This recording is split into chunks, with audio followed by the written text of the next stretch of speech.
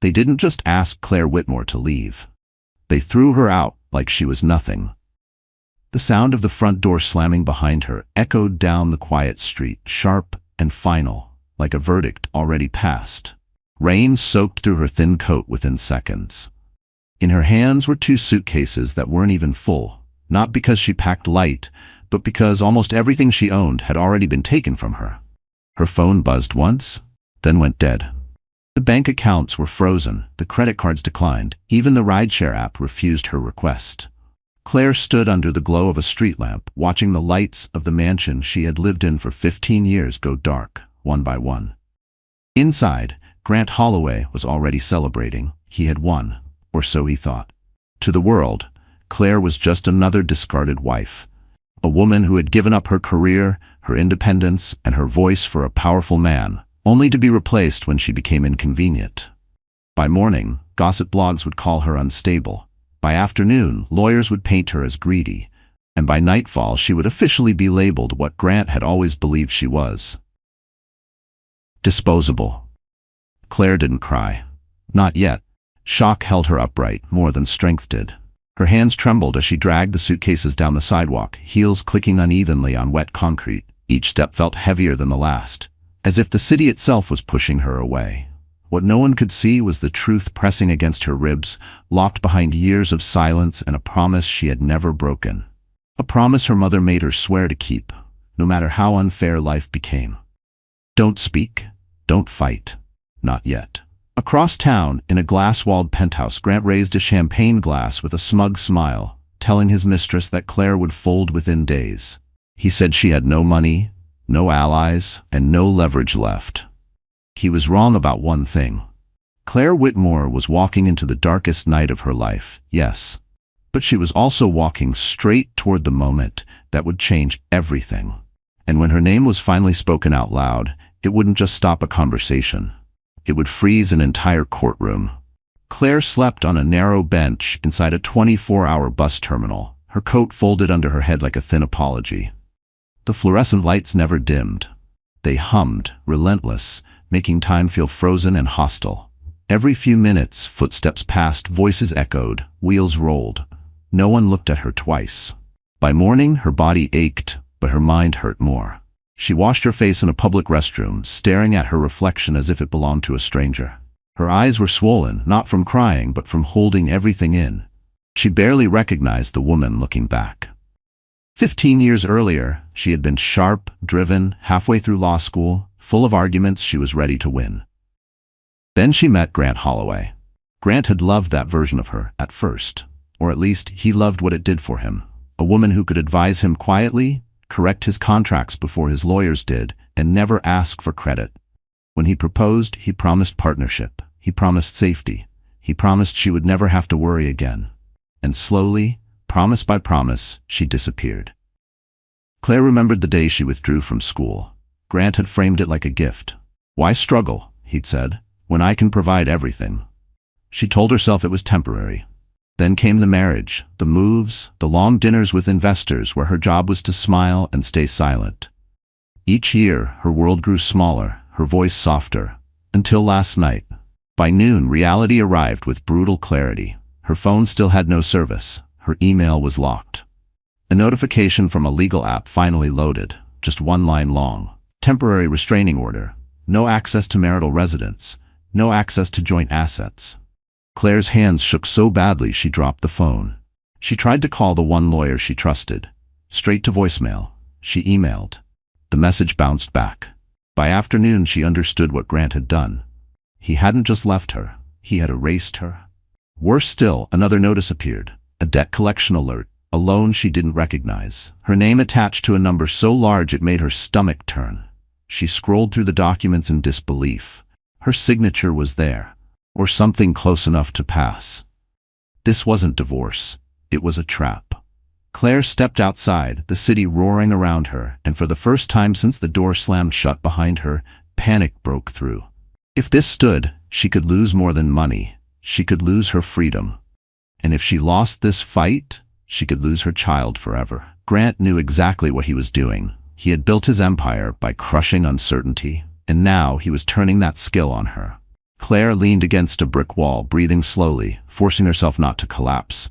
Somewhere beneath the fear, beneath the exhaustion, something else stirred. A memory, a warning, a promise sealed years ago, meant for a moment just like this. She whispered it under her breath, barely audible. Not yet. Because if Grant thought this was the end, he didn't understand the kind of woman he had cornered. And he had no idea how close she was to breaking her silence. What he'd done to bury her would soon drag him under. By the third morning, Claire Whitmore stopped being invisible. Her name appeared first as a whisper, then as a headline. Grant Holloway stood at a polished podium inside a downtown conference room, glass walls framing the Manhattan skyline behind him. Cameras clicked, microphones clustered. His voice was calm, controlled, almost regretful. He spoke the language of men who know the narrative belongs to them. "This separation is unfortunate," he said, folding his hands. "But I must protect my company, my reputation, and most importantly, my child."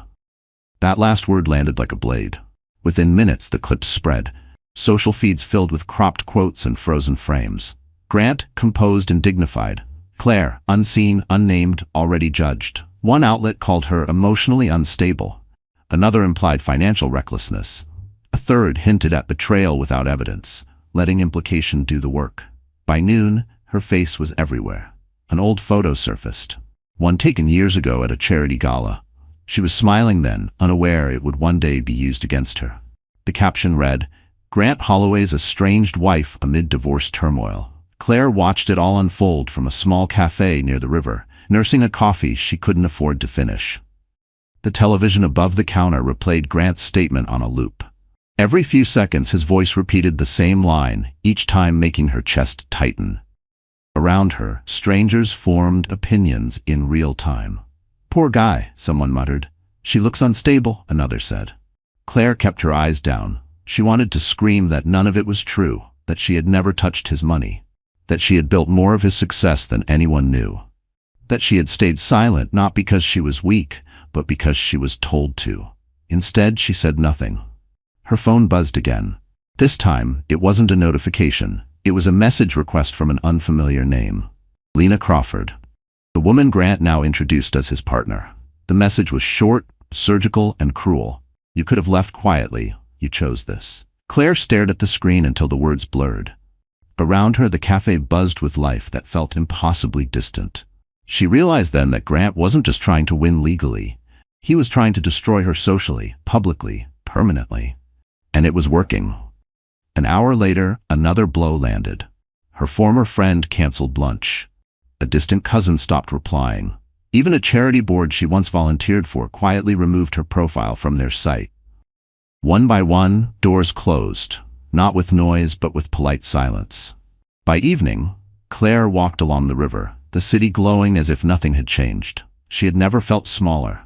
Not when she left school, not when she signed away control, not even when the door slammed behind her. This was different. This was erasure. She sat on a bench, hands clenched in her lap, fighting the urge to break down. Grant believed shame would finish her. That public opinion would crush whatever was left of her resolve. He didn't know that shame had already done its worst, and that what comes after silence is not weakness. It's reckoning. Because the louder Grant spoke, the closer he came to exposing the truth he was desperate to bury. The courthouse smelled like disinfectant and old paper, a place where lives were reduced to folders and file numbers. Claire Whitmore arrived alone, walking through the metal detectors with nothing but a worn leather bag and a calm she did not feel. Her heels echoed too loudly on the polished floor, each step announcing how exposed she was. Inside the courtroom, Grant Holloway was already seated. He didn't look at her at first. He was surrounded by 3 attorneys in tailored suits, their laptops open, legal pads filled with neat handwriting. They leaned in close, confident, rehearsed. This was familiar territory for them. For him, it was another boardroom. Claire took her place at the opposite table. There was no one beside her. Whispers rippled through the gallery. Curious faces turned. Some recognized her from the news, others from social media clips stripped of context and mercy. Claire felt the weight of their judgment press against her back, but she kept her eyes forward. The judge entered. Formalities followed. Dates were read. Motions were listed. Claire understood every word. That was the cruelest part. She knew exactly how badly this was going. Grant's lead attorney stood first. He spoke smoothly, respectfully, painting a picture that was almost convincing. A powerful executive protecting his company, a father concerned about instability, a wife, he suggested carefully, who was emotionally compromised and financially irresponsible. Claire clenched her hands under the table. Then came the issue of custody. The attorney slid documents across the bench, each one another blow. Missed payments, unverified debts, allegations presented as facts. Claire opened her mouth to speak, but the judge raised a hand. "Miss Whitmore," the judge said evenly, "do you have representation today?" Claire swallowed. "No, Your Honor." A pause, not unkind but final. The ruling came swiftly. Temporary custody to Grant, restricted access pending review. Claire felt the words hit her chest like blunt force. The room blurred at the edges as the gavel struck. Just like that, it was done. Grant finally looked at her then. His expression was composed, almost sympathetic, but there was something else beneath it. Satisfaction. He stood as the judge exited, buttoning his jacket with deliberate calm. As he passed Claire, he leaned in just enough for her to hear. "I told you," he said quietly. "You should have stayed quiet." He walked away without looking back. Claire remained seated long after the room began to empty. The bench felt cold beneath her palms. She stared at the place where Grant had stood, her ears ringing, her throat tight. Losing the house had hurt. Losing her name had cut deeper. But this was devastation. Outside, reporters waited, hungry and relentless. Claire slipped out through a side corridor, her heart pounding as if it might break free. In the stairwell, she finally let herself lean against the wall, breath shaking. This was what Grant wanted. Total collapse. No support, no leverage, no future. And yet somewhere beneath the grief and fear, a familiar voice echoed in her memory. Steady, certain. When you lose everything, you are finally allowed to move. Claire straightened slowly, wiping her face with the back of her hand. She wasn't finished, not even close, because the man who just took her child had no idea how close he was to signing his own undoing. Claire expected silence. What she didn't expect was betrayal to come from the one place she still trusted. The email arrived just after sunset, when the city outside her cheap motel room glowed in muted orange and gray. She had been sitting on the edge of the bed, staring at the custody paperwork again, reading the same lines until they stopped making sense. The subject line froze her fingers mid-movement. Regarding your case. It was from Martin Keller, her former attorney. The only lawyer who had known her before Grant rewrote her life. The man who once told her, with genuine concern, that she deserved better than silence. Her hands trembled as she opened it. Claire, due to newly disclosed information, I can no longer represent you. I advise you to consider settling quickly. This is not a battle you can win. No explanation. No call. Just a quiet withdrawal wrapped in legal language. Her stomach dropped. Minutes later, her phone buzzed again. This time, it was a notification from the court portal. A document had been submitted under her name, a sworn statement, one she had never written. She opened it, heart racing, eyes scanning the page in disbelief.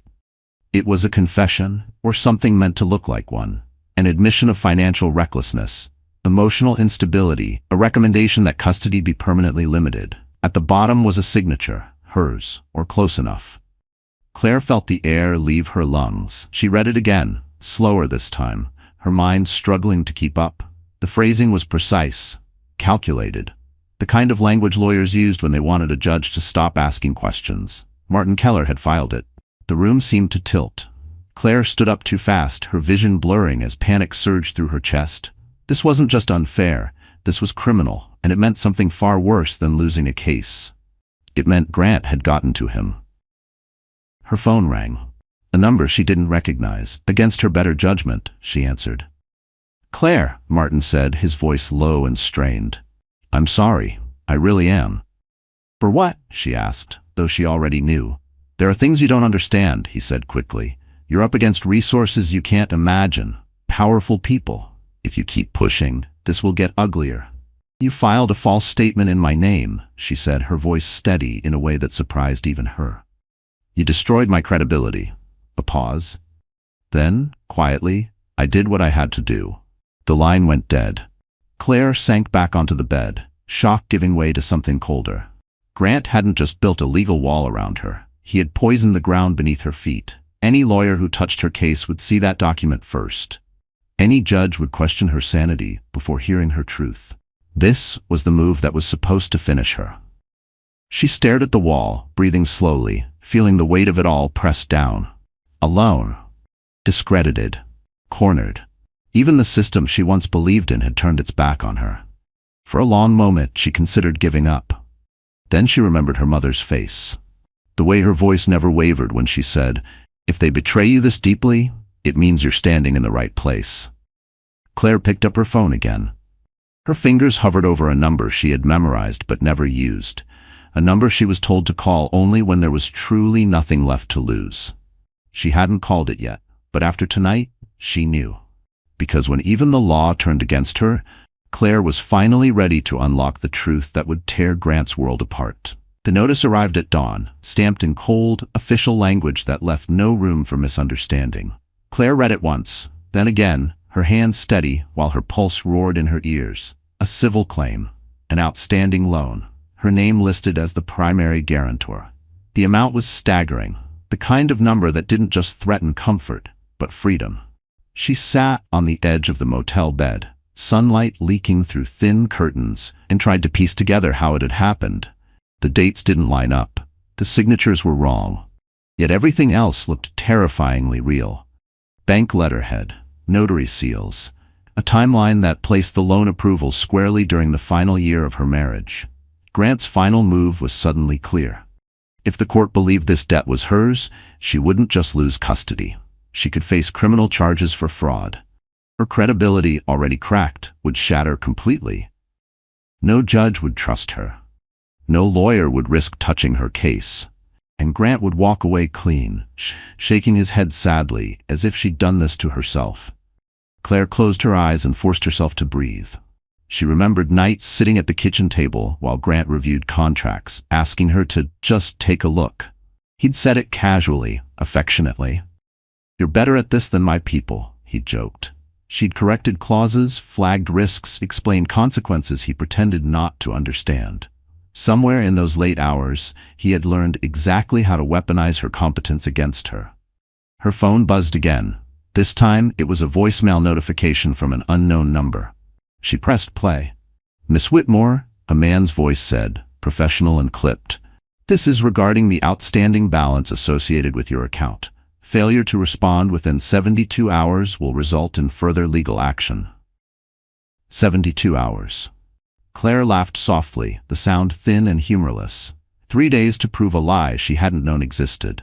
3 days with no money, no lawyer, and a reputation already painted as unstable. Grant hadn't just set a trap, he'd timed it perfectly. She stood and paced the small room, memories colliding with the present. The careful way Grant always framed decisions as protection. The way he insisted on handling finances so she wouldn't have to worry. The way he'd smiled when she finally stopped asking questions. This was the price of trust. By midday, fear gave way to something sharper. Anger, yes, but also clarity. Claire began listing everything she still had. Her memory, her training, her ability to read between lines. And one last thing she had protected all these years without fully understanding why. A name.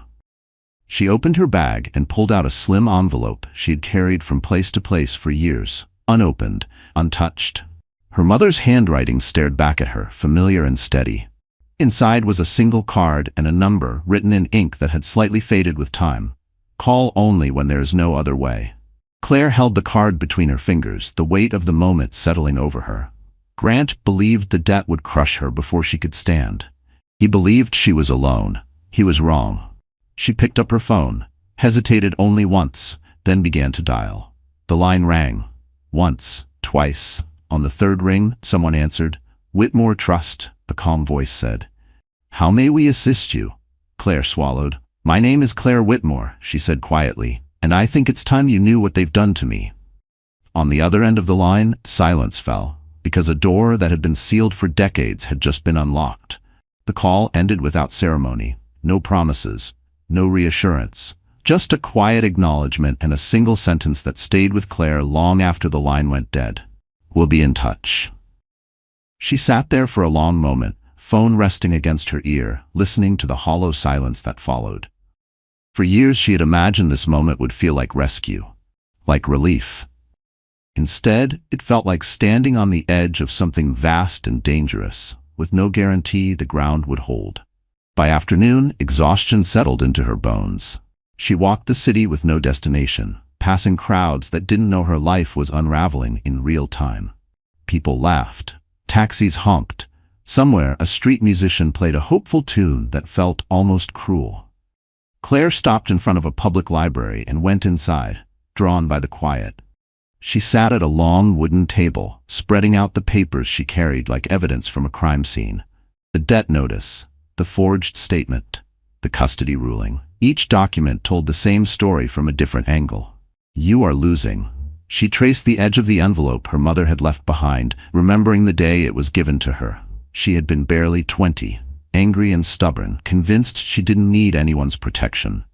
Her mother had pressed the envelope into her hand anyway. "You won't need this for a long time," she'd said, "and I hope you never do." Claire had nodded, tucked it away, and built a life that seemed safe enough to make it unnecessary. Now, sitting alone in the library, she understood the weight of that moment. Her mother hadn't been planning for failure. She had been planning for betrayal. As the afternoon faded into evening, Claire's phone buzzed again. An email notification this time. Her heart jumped before she could stop it. But it wasn't the call she expected. It was another article. Grant had done another interview. This one was softer, more personal. He spoke about heartbreak, about difficult decisions, about how some people, he said gently, couldn't handle pressure and lashed out when things didn't go their way. He never said her name, but he didn't have to. The comments were worse than the article. She should just accept it and move on. Sounds like she's hiding something. Poor kid, having a mother like that. Claire closed her eyes, the words burning behind them. Grant wasn't waiting for the law to finish her. He was shaping the world's opinion so thoroughly that when the truth came out, no one would want to hear it. That was when fear finally gave way to resolve. If she stayed silent now, she would disappear entirely. Not just from Grant's life, but from her own. The trust on the other end of that phone call hadn't promised to save her. They had promised to listen. And listening meant something was already moving. As the library prepared to close, Claire packed up her papers and stood. She felt no stronger, no safer. But she felt different, awake in a way she hadn't been in years. Grant believed she was still reacting. He didn't realize she had stopped reacting and started preparing. Outside, night fell again over the city, the lights flickering on one by one. Claire walked into it with steady steps, unaware that somewhere behind closed doors, names were being pulled from old files and signatures were being compared. Because the call she finally made would soon trigger a response Grant Holloway never saw coming. Grant Holloway slept well that night. In his penthouse, the city hummed below like a machine that existed to serve him. Morning light poured through floor-to-ceiling windows, glinting off steel and glass, reflecting a life carefully curated to look untouchable. Grant stood in a tailored shirt, coffee in hand, scrolling through headlines with a satisfied calm. Everything was going exactly as planned.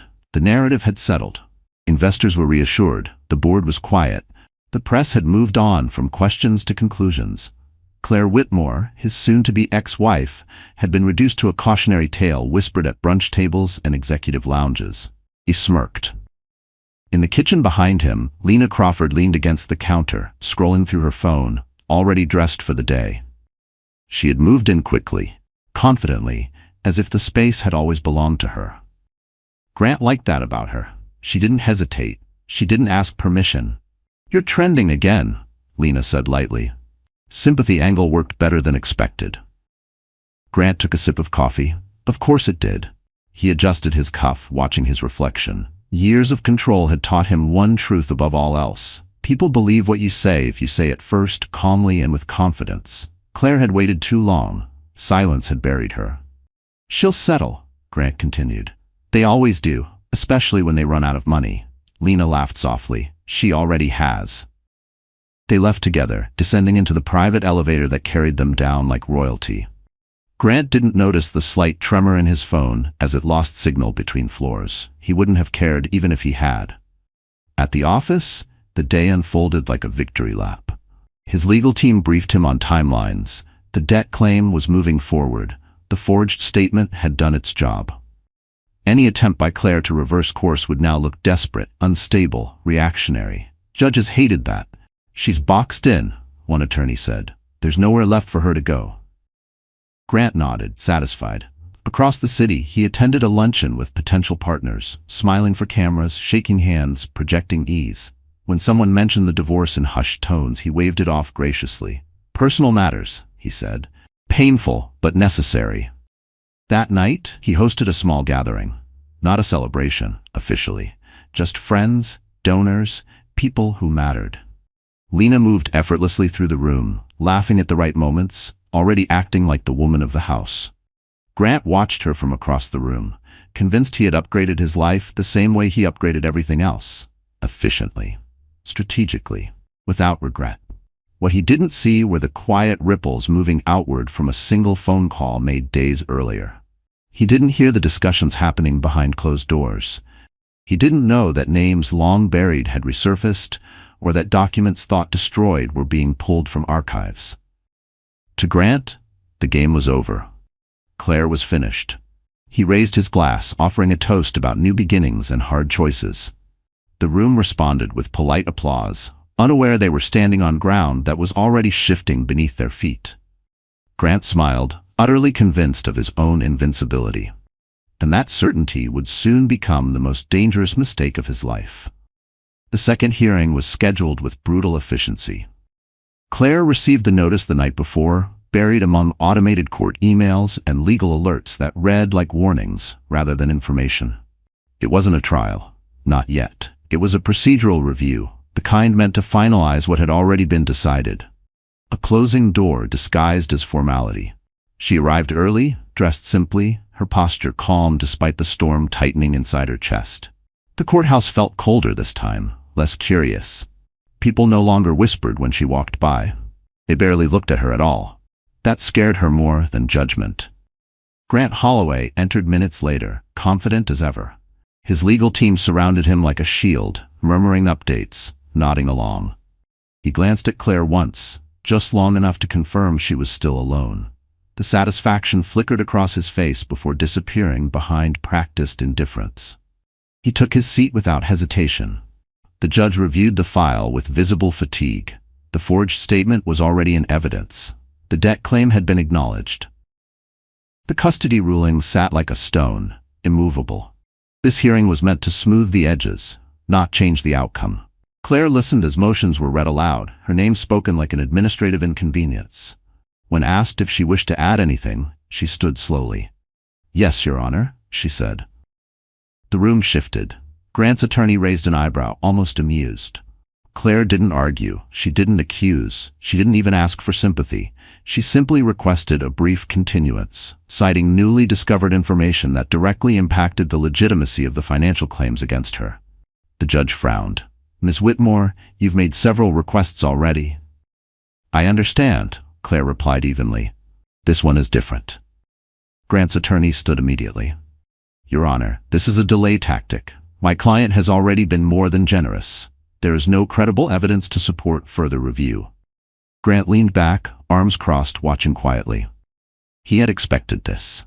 Desperation at the end always looked like drama. Judges hated drama. The judge looked between them. "Do you have counsel now, Miss Whitmore?" Claire paused. Just a fraction too long. "Not yet," she said. A murmur moved through the gallery. The judge sighed, clearly torn between procedure and impatience. "Without representation or documentation, I'm inclined to proceed." Claire nodded once. "Then I ask the court to note," she said, "that I am formally contesting the authenticity of the financial documents submitted under my name." Grant's attorney scoffed. "On what grounds?" Claire met his gaze. "On the grounds that they were never authorized." Silence followed. Brief, uncomfortable. The judge made a note but did not look convinced. "Duly noted," she said. "We will proceed." Grant's attorney smiled faintly, already moving on. That was when Claire noticed something she hadn't before. At the back of the courtroom, near the last row, a man sat alone, mid-50s. Dark suit, no briefcase in sight. He hadn't been there during the first hearing. He wasn't watching the judge. He was watching her. Their eyes met for a split second. The man gave the slightest nod. Not reassurance. Recognition. Claire's breath caught. Before she could process it, the judge announced a short recess. People stood. Conversations sparked. Grant's team gathered around him, confident, relaxed. The man in the back rose and moved toward the exit, passing Claire without a word. But as he did, he slipped something onto the table beside her. A folded card. Claire's fingers closed around it instinctively. On the front, written in neat, precise handwriting, were 4 words that made her pulse spike. "We are now involved."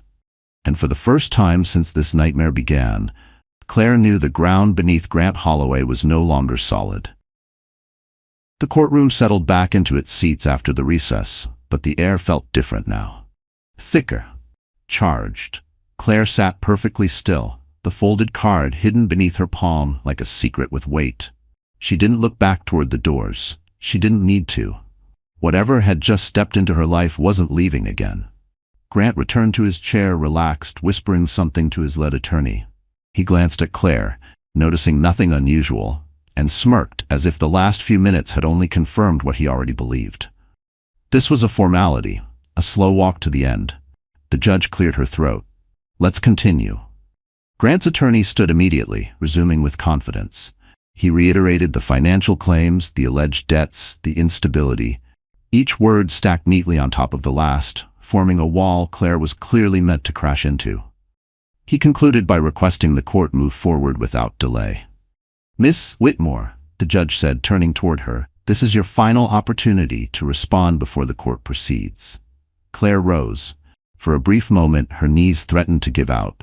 Then she remembered the card, the nod, the words written so calmly as if this outcome had always been expected. "Yes, Your Honor," she said. "I would like to introduce counsel." The courtroom stilled. Grant's attorney blinked. "Counsel?" he repeated, unable to hide the edge in his voice. Before the judge could respond, a chair scraped softly against the floor at the back of the room. The man Claire had noticed earlier stepped forward, unhurried, deliberate. Every step he took drew attention without demanding it. He stopped beside her, placing a leather folio on the table. "Good morning, Your Honor," he said. His voice was calm, authoritative, and unmistakably practiced. "Elliot Marrow, appearing on behalf of my client." A murmur rippled through the room. Grant straightened in his seat. The judge adjusted her glasses. "Mr. Marrow," she said slowly, "you're entering this case late." "Only on the calendar," Elliot replied. "Not in substance." Grant's attorney leaned forward. "Your Honor, we object. This is highly irregular." Elliot turned just enough to look at him. "So is submitting forged documents," he said evenly. The word landed hard. Grant's smile faltered. The judge raised a hand. "Mr. Marrow, you'll have an opportunity to clarify. For now, please state your client's name for the record." Elliot nodded once. "My client," he said, opening the folio, "is not simply Claire Whitmore." Grant exhaled sharply, amused. "This again," he muttered. Elliot didn't look at him. "For the purposes of this court," Elliot continued, "her full legal name is Claire Elizabeth Whitmore Hale." The effect was immediate. The judge froze mid-motion. Grant's attorney went completely still. A clerk stopped typing. The name hung in the air, heavy and unmistakable, like a key turning in a long locked door. Grant's face drained of color. "Your Honor," Elliot added calmly, "that name is associated with a sealed trust, one that predates this marriage and supersedes every financial claim currently before this court." The judge's eyes narrowed. "Proceed carefully, Mr. Marrow," she said, "because if what you're implying is true—" "It is," Elliot replied. Claire felt the room tilt, not with fear this time, but with possibility. She didn't look at Grant. She didn't need to see his reaction to know something fundamental had just shifted. Because the name he thought he erased was the one about to take everything back. And the courtroom had only just begun to understand what that name meant. The silence after Elliot Marrow spoke felt unnatural, as if the courtroom itself had forgotten how to breathe. Claire remained standing, her hands steady at her sides, while every pair of eyes slowly shifted away from Grant Holloway and toward her. The judge removed her glasses. "Mr. Marrow," she said carefully, "that is a significant claim. You understand the gravity of invoking a sealed trust in this court." "I do, Your Honor," Elliot replied. Which is why I would not invoke it lightly. Grant's attorney recovered first. He stood abruptly, voice sharp with forced confidence. This is a distraction. The trust he's referring to is irrelevant to the matters at hand. Miss Whitmore waived all financial claims during the marriage. Elliot turned a single page in his folio. She did not, he said calmly, because she legally could not. Grant leaned forward now, his knuckles white against the table. That trust was never activated, he snapped. It was inactive, dormant. She never disclosed it because it didn't matter. Elliot finally looked at him. It was dormant by design, he said, and disclosure was neither required nor advisable under the conditions set by its founder. The judge's eyes narrowed. Founder? Elliot nodded. Claire Whitmore's mother. A murmur swept through the room. Claire felt her chest tighten. Hearing her mother spoken of in this place, in this moment, made everything suddenly feel very real. This wasn't theory anymore. This was legacy. The Whitmore-Hale Trust, Elliot continued, was established over 30 years ago. Its assets were frozen under strict legal conditions, including a non-disclosure clause tied to marriage, coercion, and financial dependency. Grant shook his head, disbelief bleeding into anger. That's absurd. It's precise, Elliot corrected. The trust could not be accessed, disclosed, or leveraged while my client was financially dependent on a spouse or subject to marital pressure. Any attempt by a spouse to exploit or control her finances would, in fact, trigger a review. The judge leaned back slowly. And you're suggesting, she said, that this review has been triggered now? Yes, Your Honor. Grant's attorney stammered. Even if such a trust exists, it has no bearing on the debt claims or custody matters.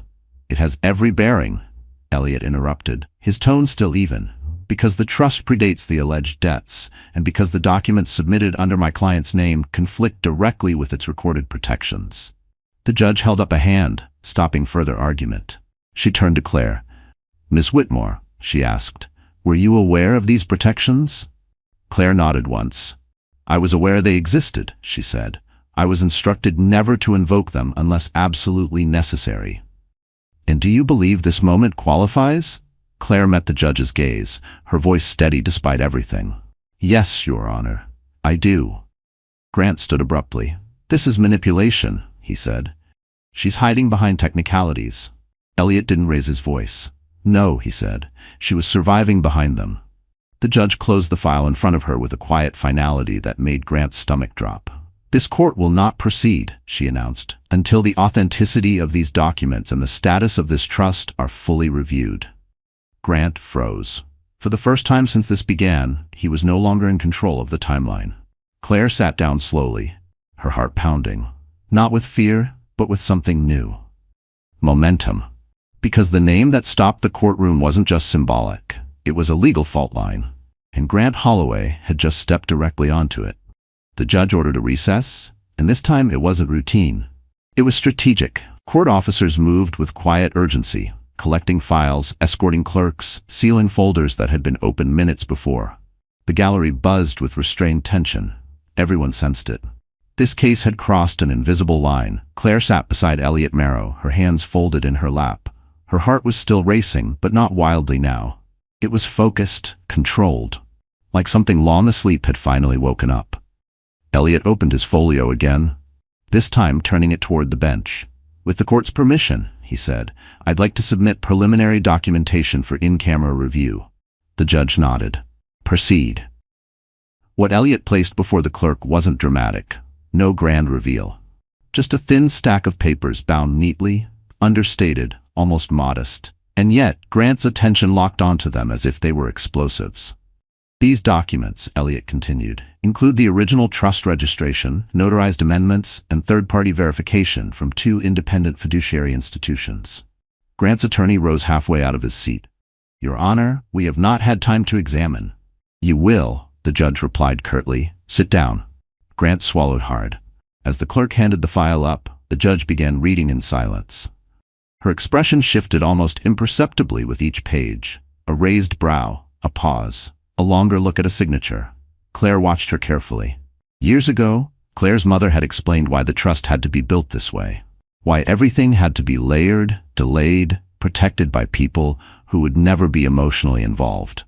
Power attracts pressure, she'd said. So the protection must outlast emotion. Claire hadn't fully understood then. She did now. "Mr. Marrow," the judge said slowly, looking up, "these protections are unusually specific." "Yes, Your Honor," Elliot replied. "They were designed for a very specific threat." Grant couldn't stay quiet any longer. "This is absurd," he snapped. If she had access to anything like this, she would have used it. Elliot turned toward him fully for the first time. "She couldn't," he said, "and you made sure of that." The words landed harder than any accusation. Elliot continued, voice measured. "The trust includes a coercion clause. If my client's financial independence was compromised through marriage, manipulation, or restriction of access, the trust would remain sealed until those conditions ended." Grant's attorney went pale. "That means," Elliot added, "the moment Miss Whitmore was forcibly removed from her residence, cut off from marital assets, and subjected to financial isolation, this trust became eligible for review." The judge looked back down at the papers. "And the alleged debt?" she asked. Elliot slid forward another document. "Already under forensic analysis, preliminary indicators suggest the signature was digitally replicated from archived marital filings." Grant's breath hitched. "This court will require full verification," the judge said, closing the folder carefully. "But based on what I see here, the narrative presented thus far is incomplete." Grant stared at the table, his confidence draining with every second. Claire felt something loosen in her chest. Not triumph. Not revenge. Validation. For the first time, the system wasn't speaking over her. It was listening. The judge looked up, eyes sharp. "This hearing is adjourned," she said. "And Mr. Holloway, do not assume this court will move quickly in your favor again." Grant didn't respond, because the documents he thought would never surface were now in the hands of the one person he couldn't control. And the paper trail he'd buried years ago was about to tell a very different story. The envelope arrived the next morning, delivered not by mail but by hand. Claire was sitting in a quiet conference room inside Elliot Marrow's office, the city visible through tall windows that muted the noise of Manhattan into a distant hum. She hadn't slept much. Momentum carried her forward, but exhaustion lingered in her bones like a warning. Elliot entered without a word and placed the envelope gently on the table between them. Claire recognized it instantly. The paper was old, thicker than modern stationery, the edges slightly worn, as if it had been handled many times but never opened. Her mother's handwriting stretched across the front, steady and unmistakable. Her chest tightened. "I didn't know this existed," Claire whispered. Elliot nodded. It was held under instruction, to be released only if the trust was challenged under coercive circumstances. Claire's hands hovered over the envelope. For a moment she couldn't bring herself to touch it. Her mother had been gone for years. The grief had settled into something manageable, something quiet. This threatened to tear it open again. She broke the seal. Inside was a single letter, folded once, the ink slightly faded but still clear. "My Claire, if you're reading this, then the life I hoped you'd never have to endure has found you anyway." Claire swallowed hard. Her mother's words were calm, precise, as if she had written them knowing exactly when they would be read.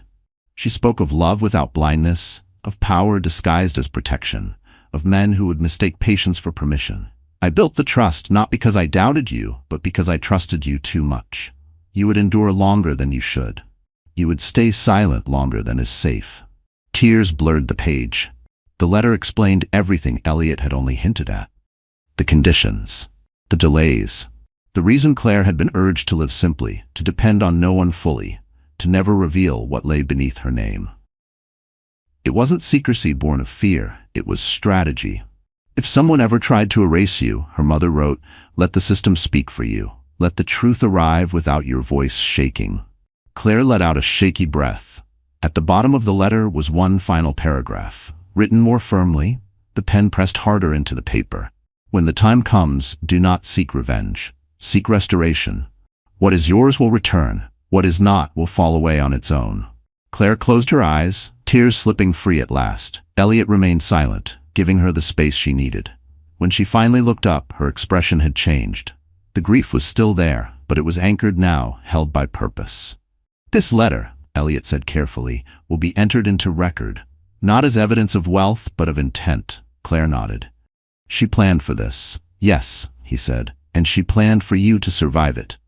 Across the city, Grant Holloway sat in his office, unaware that a voice he had never heard was about to dismantle the story he'd built.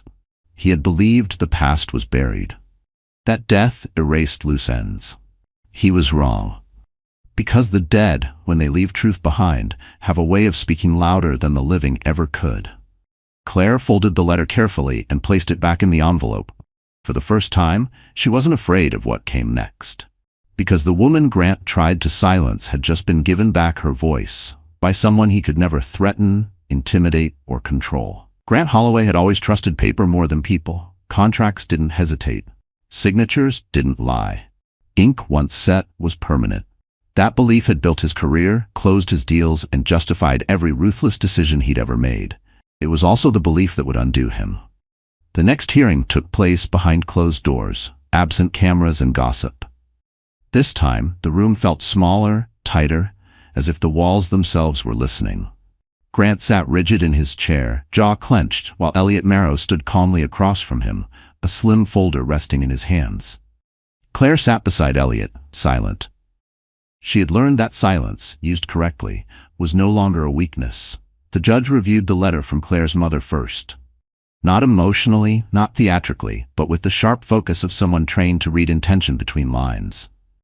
When she finished, she set it aside and looked directly at Grant. "Mr. Holloway," she said, "you've stated repeatedly that you managed all marital finances." "Yes," Grant replied, his voice controlled, "with my wife's consent." "And you maintain," the judge continued, "that all financial instruments signed during the marriage were legitimate." "They were," he said firmly. Elliot stepped forward. "Then you won't object to reviewing one of them," he said, sliding a single document across the table. Grant glanced down. At first, he didn't react. Then his eyes stopped moving. Claire watched the color drain from his face in stages. Confusion, recognition, then fear, sharp and unmistakable. "That document," Elliot said evenly, "is a conditional waiver you signed 8 years ago." Grant shook his head. "That's impossible." "It was attached to a restructuring agreement for one of your early acquisitions," Elliot continued. "You were advised it was routine." The judge leaned in. "A waiver of what exactly?" Elliot didn't answer immediately. He let the silence work. "A waiver of spousal financial obstruction," he said at last.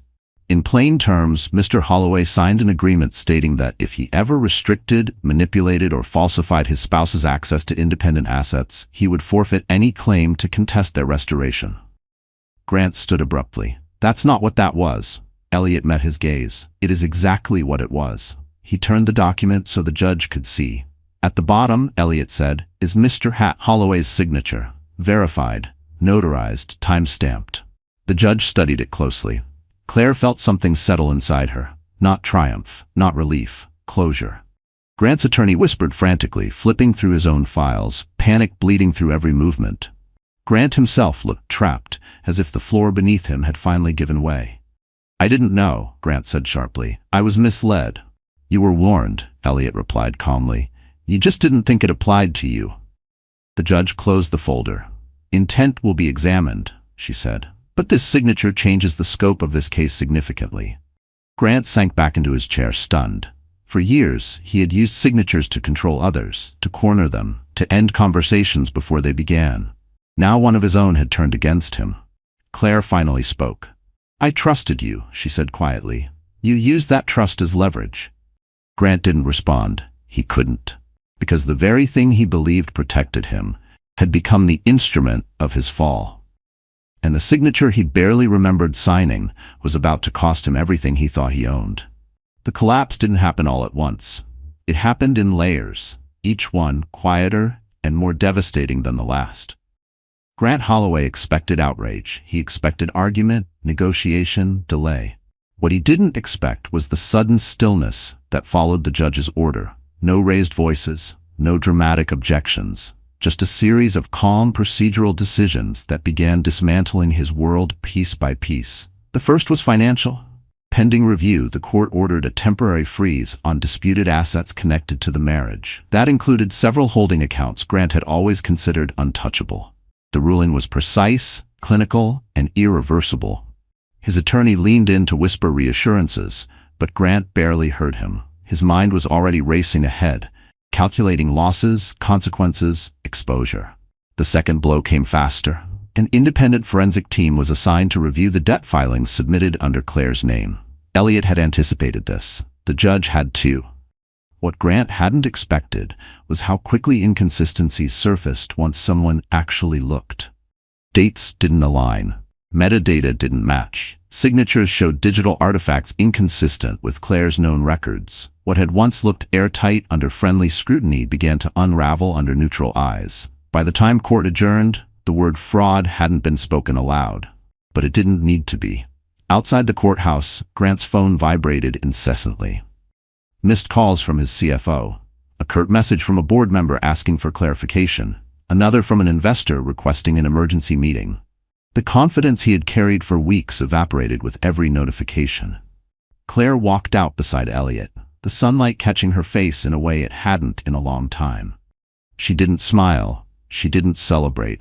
She simply breathed, as if air itself had become easier to draw. Inside Grant's office later that afternoon, the atmosphere had shifted completely. Conversations stopped when he entered. Eyes dropped. The same people who once laughed easily now spoke carefully, measuring every word. By evening, Lena was gone. No dramatic argument, no confrontation, just an empty closet and a note that said she needed distance. Grant stared at it longer than he should have, realizing too late that loyalty built on advantage never survives risk. The board meeting was brief and brutal. Grant was asked to step aside temporarily, not removed, not yet, but sidelined. For the first time in his career, he was no longer the one steering the conversation. He left the room knowing the pause was only the beginning. That night, alone in the penthouse that suddenly felt too large, Grant poured a drink and stood by the window, staring at a city that no longer seemed to belong to him. He replayed every decision, every signature, every moment he dismissed Claire's silence as surrender. Across town, Claire sat quietly with Elliot, reviewing next steps. Custody hearings, asset restoration, accountability. It was overwhelming, but it was real. Grant had believed power meant control. He was learning that power without restraint collapses under its own weight, because the system he tried to weaponize against Claire was now doing what it was designed to do: correct imbalance. And Grant Holloway was discovering that the fall from certainty is far steeper than the climb ever was. The next hearing arrived without spectacle. No cameras crowded the steps, no reporters shouted questions. The case had moved past public theater and into something far more dangerous for Grant Holloway: quiet accountability. Claire sat at the table beside Elliot Marrow, her posture relaxed but alert. She wore no statement pieces, no armor disguised as elegance. She didn't need them anymore. The room had changed, and so had the way people looked at her. Not with pity, not with suspicion, with attention. Grant entered late. He looked smaller than before, his confidence frayed at the edges. The man who once filled rooms now seemed to take up space reluctantly, as if hoping not to be noticed. His legal team had thinned. Only his lead attorney remained, flipping pages with forced precision. The judge reviewed the updated findings methodically. Forensic analysis had confirmed the debt documents were falsified. The signature had been digitally reconstructed using marital records. The timeline was manufactured. The intent, while still under review, was no longer ambiguous. Grant stared straight ahead, jaw locked. Then came the question everyone expected Claire to answer. "Miss Whitmore," the judge said, "given these findings, you may pursue damages, sanctions, and criminal referral." The room waited. Grant's attorney tensed. Grant himself finally looked at her, eyes sharp with something close to fear. This was the moment he'd imagined differently. The moment she would strike back. Claire stood slowly. She felt every eye on her, but she didn't rush. When she spoke, her voice was calm, steady, and unmistakably her own. "Your Honor," she said, "I'm not here to punish anyone." Grant blinked. "I'm here to correct what was taken from me," Claire continued. "My name, my credibility, my relationship with my child." A murmur moved through the room. Elliot watched her closely, ready to step in if needed. But Claire didn't look at him. She didn't need guidance now. "I'm requesting restoration," she said, "not retaliation." Grant's attorney exhaled slowly, unsure whether to feel relieved or unsettled. The judge nodded. "Be specific." Claire didn't hesitate. Full dismissal of the fraudulent claims against me. Immediate restoration of custody rights pending review, and acknowledgement by this court that the financial narrative presented earlier was false.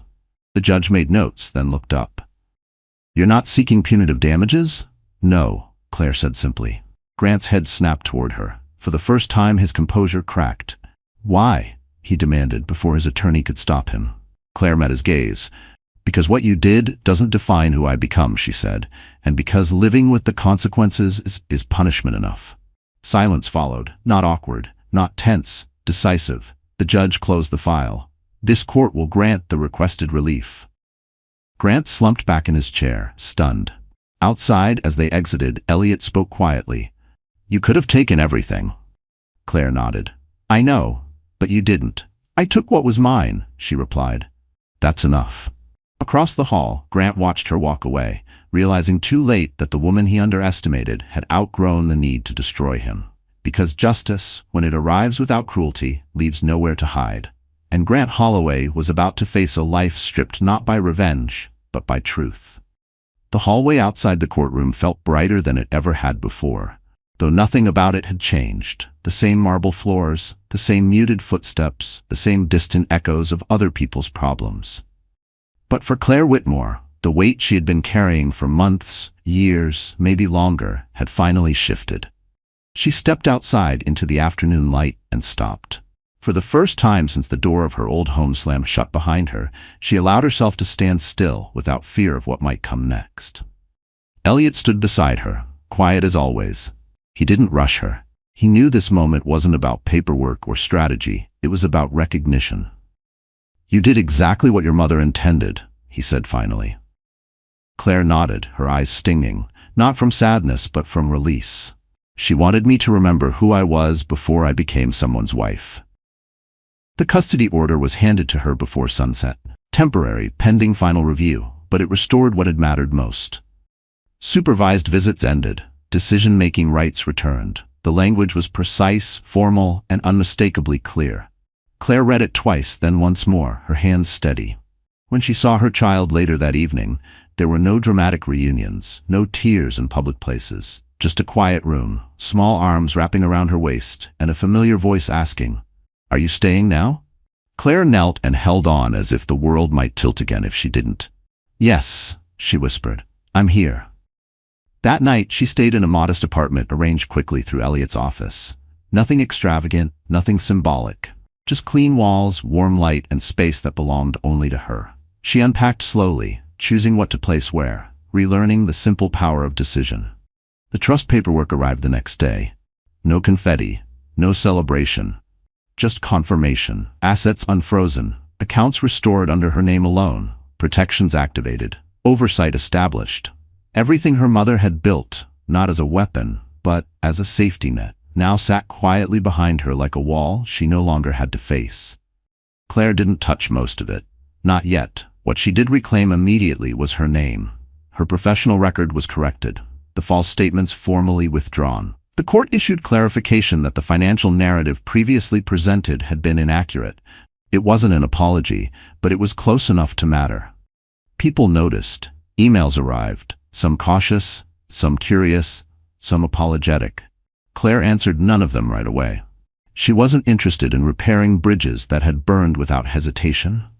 Across the city, Grant Holloway watched from a distance. He saw her leave the courthouse again days later. Calm, composed, no entourage, no spectacle. He realized then that the worst part of his loss wasn't financial. It was existential.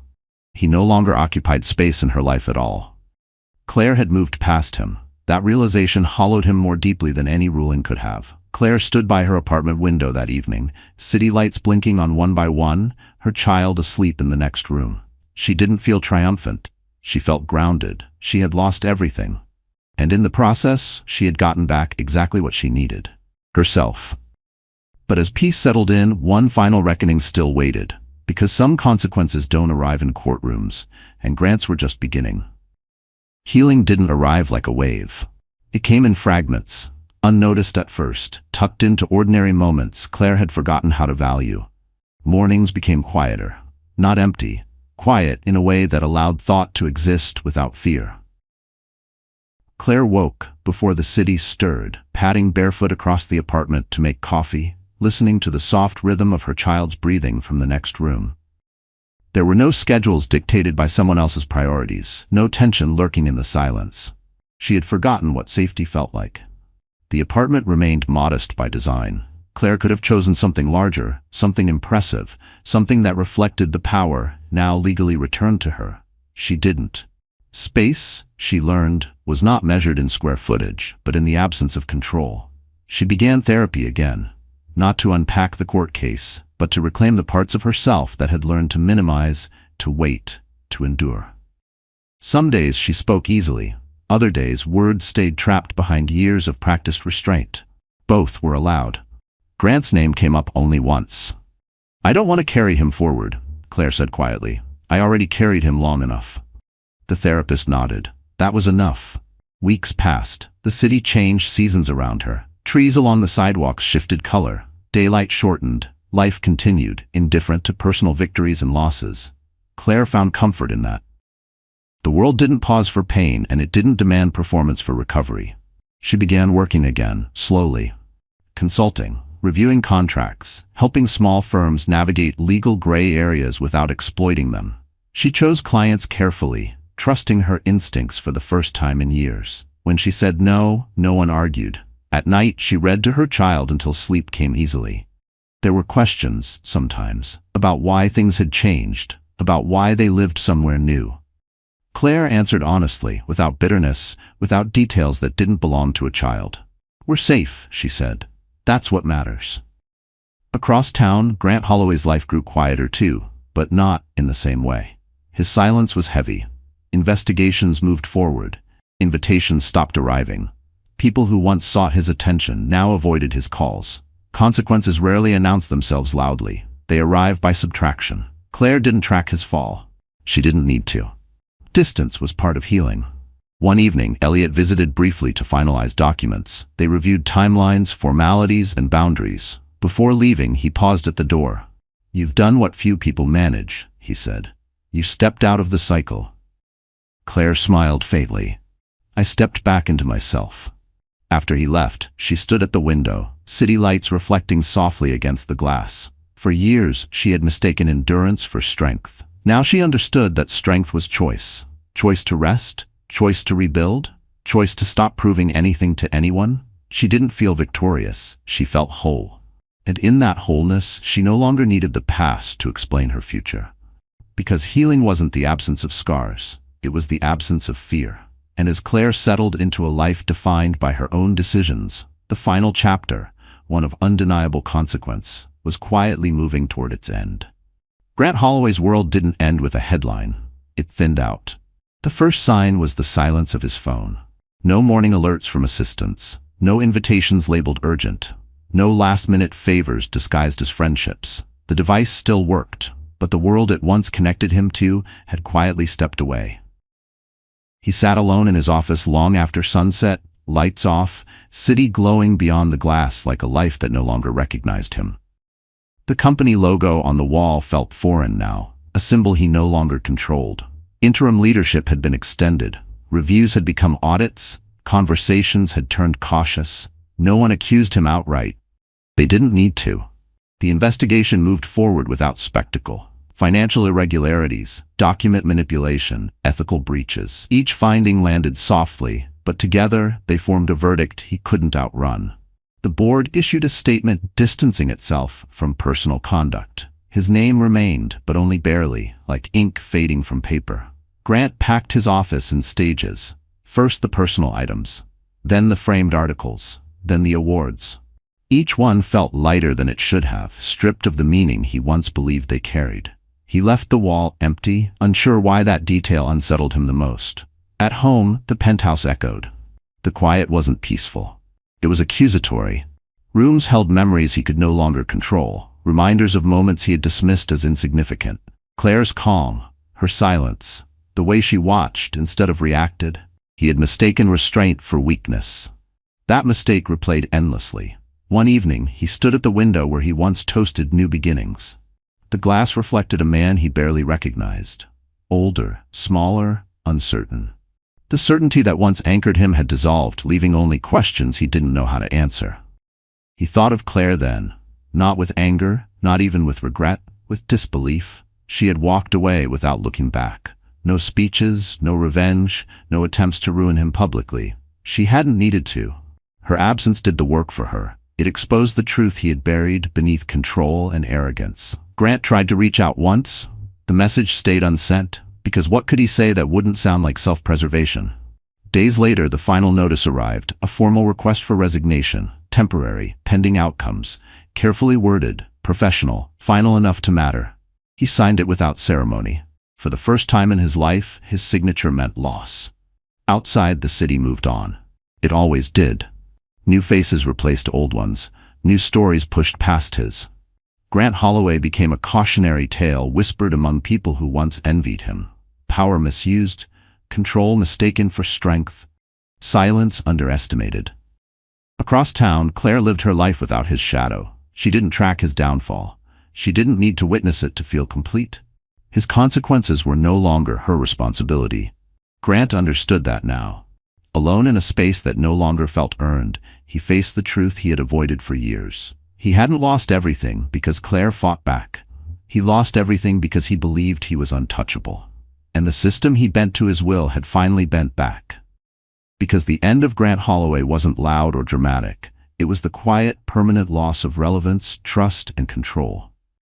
The morning Claire closed the door on her past, there was no ceremony to mark it. Sunlight filtered through the apartment windows, soft and unhurried. The city outside moved with its usual rhythm, unaware that something final had already happened. Claire stood in the doorway of her child's room, watching sleep rise and fall in a steady, peaceful pattern. That simple sight grounded her more than any ruling ever had. She had learned that endings didn't need witnesses. Life settled into a shape that felt honest. Not perfect, not grand, honest.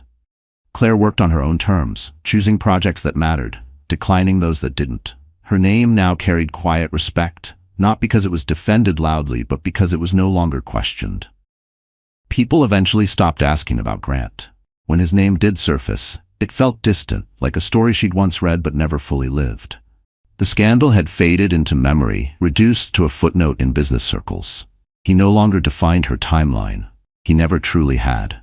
One evening, as autumn light spilled gold across the room, Claire received a call from Elliot. It was brief. Administrative. The final confirmations had gone through. The trust was fully stabilized. Custody was permanent. There were no remaining legal threads. "You're free," Elliot said simply.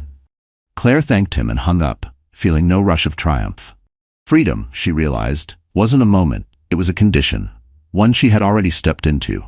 That night, she cooked dinner while her child sat at the counter, swinging legs and talking about school.